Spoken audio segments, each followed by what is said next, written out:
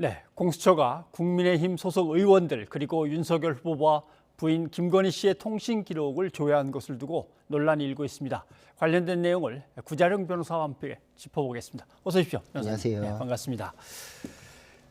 자, 통신 기록을 조회했다 그러면 뭘 조회한 게 되는 겁니까? 기록이라는 거와 내용이라는 거가 좀 이렇게 혼란스럽긴 한데. 네, 그래서 용어를 좀 구분할 필요가 있는데 통신 자료라는 게 있고 예. 통신 사실 자료라는 게 있습니다. 그래서 통신 자료는 그 회선으로 가입되어 있는 회원의 인적 사항, 예. 이름, 주민등록번호, 사는 곳 이렇게 처음에 가입될 때의 정보, 예. 이걸 통신 자료라고 하고 통신 사실 자료는 그 예. 가입자가 어떤 회선과 통화를 했는지 문자를 주고받았는지 그 통화 내역, 그러니까 그 언제 누구와 통화했다, 요 그런 이제 수치들이 나오는 그런 자료를 말합니다. 그러면 통화한 사람의 전화번호까지는 보는 겁니까? 맞습니다. 그러니까 내용을 알 수는 없는데 예. 누구와 언제 몇 분간 통화했다, 문자를 주고받았다 이런 내용들은 나오는 것입니다. 그러면 이제 그 번호가 수상하다 그러면 그 번호의 사람을 이제 또 참고인으로 부르거나 이제 수사를 해 나가겠군요. 그렇죠. 그래가지고 이것은 수사에서 피의자가 입건되면은 범죄 혐의가 의심되는 그 범위를 정해가지고서 조회를 하고 예. 그 안에 좀 이상한 그런 흐름이 있다면은 그 전화번호 상대방도 조회를 하고 예. 그래서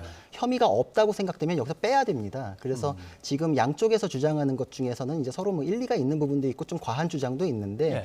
좀 한 명에 대해서 혐의가 없거나 민간인으로 모임에도 불구하고 여러 차례 진행됐다거나 이런 거는 좀 의문스러운 부분이고 그리고 처음에 시작점에 있어서 범죄 혐의로 시작됐다면 그것은 이제 적법한 절차에 의한 진행으로 얘기하는 것도 그것도 이제 한번 또 타져볼 만한 그런 부분이 있는 것입니다. 알겠습니다.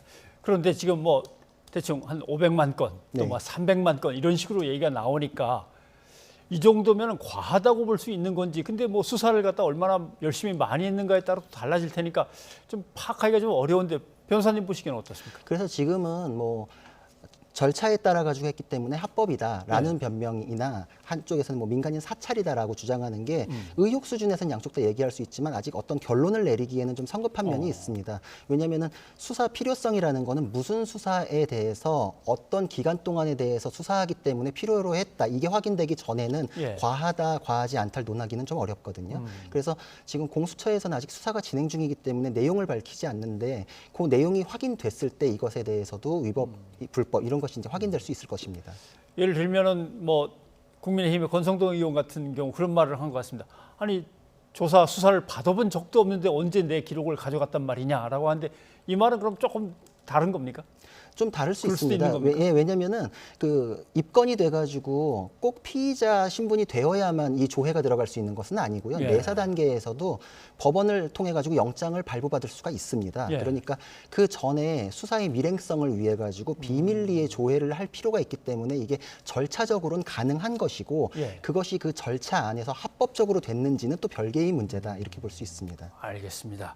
그러면 결국 공수처가 어떤 수사를 어떤 식으로 했는지 나중에 내용을 밝혀봐야 적법했는지 그다음에 과하지는 않았는지 이런 게 다 이제 나오겠군요. 그렇죠. 왜냐하면은 공수처는 그 대상자 자체가 고위공직자여야 하고 예. 범죄 그 수사할 수 있는 대상도 좀 제한적이기 때문에 그렇죠.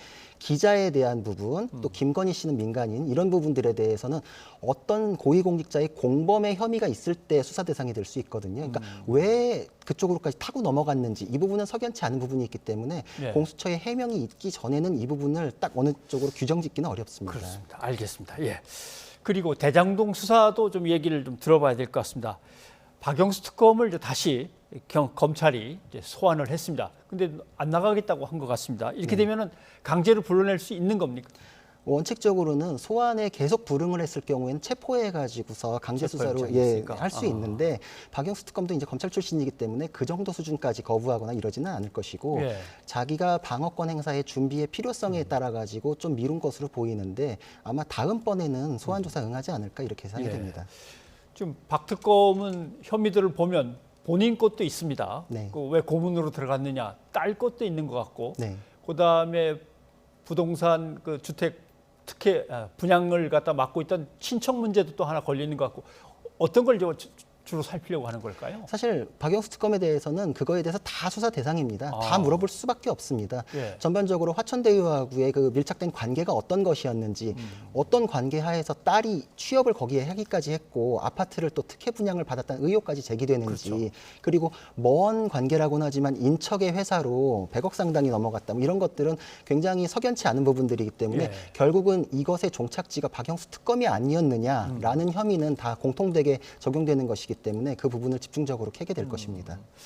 그런데 지금 곽상도 전 의원도 그렇고 박영수 특검도 그렇고 그다음에 대법관 한 분도 그렇고 해서 뭔가 진행되는 게 없어갖고 50억 클럽이라는 거에 어떤 실체에 대해서 뭔가 수사가 계속 진행되는 건가? 아니면 50억 클럽에 대해서 여기서 끝나는 건가? 다들 그걸 궁금해하거든요. 사실 수사 진행이 굉장히 어려운 상황인 것은 맞습니다.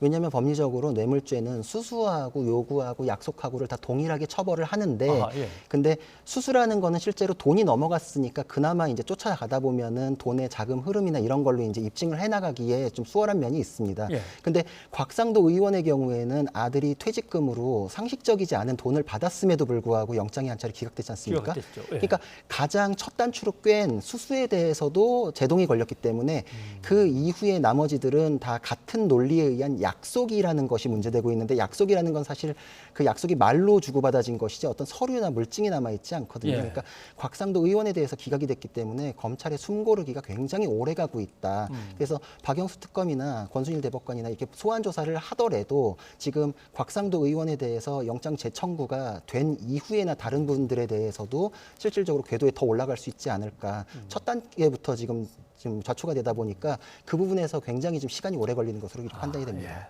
자, 말씀하신 대로 뭔가 쉬워 보이지는 않는데 어디까지 진척이 되는지 한번 봐야겠습니다. 그리고 이제 윤석열 후보의 이제 리스크 중에 장모 리스크가 있습니다.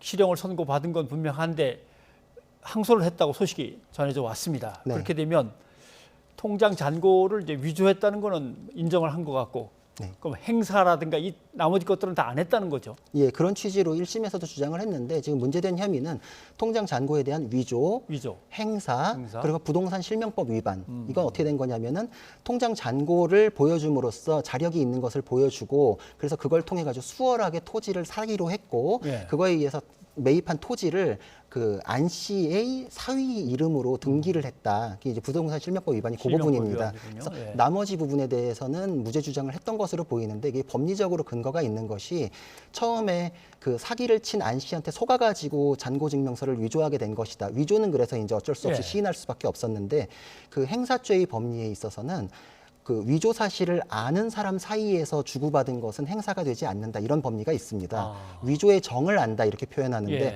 근데 이 사안은 사실 그 법리가 적용되기에 제가 판단하기에는 좀 적절치는 않습니다. 왜냐하면은 처음에 작성을 할 때도 캠코 쪽에 자력을 보이기 위한 용도로만 사용하겠다라고 했다는 것은 안 씨를 넘어서서 안 씨가 제3자한테 제공할 다른 것도 누구에게. 그렇죠. 예. 그러면 그거를 포괄해가지고 행사죄가 성립이 되는 것이거든요. 그래서 처음부터도 이게 전부 다 무죄로 가기에는 굉장히 좀 어렵겠다. 예전에도 제가 이제 그렇게 평가를 했던 적이 있는데, 항소를 했을 때도 사실 항소 이유에 대해서 정황만 믿고서 판결한 것이니까 억울하다, 항소하겠다 이런 취지로 밝혔지, 뭐 어떤 점에 있어서 어떻게 네. 뭐 항소하겠다 이렇게 구체적이진 않았거든요. 그래서 제가 보기에는 아마 항소를 하게 되면 보통 뭐 법리 오해, 사실 오인, 양형 부당 주장할 수 있는 건 다 하게 됩니다. 예. 근데 결국은 아마 행사죄 일부나 부동산 실명법에서 좀 이렇게 이게 법리적으로 다툴 수 있는 부분에 대해서 최대한 노력을 해보고, 결국은 목표는 집행유예를 바라는 취지가 아니었을까 이렇게 판단이 됩니다. 예, 알겠습니다.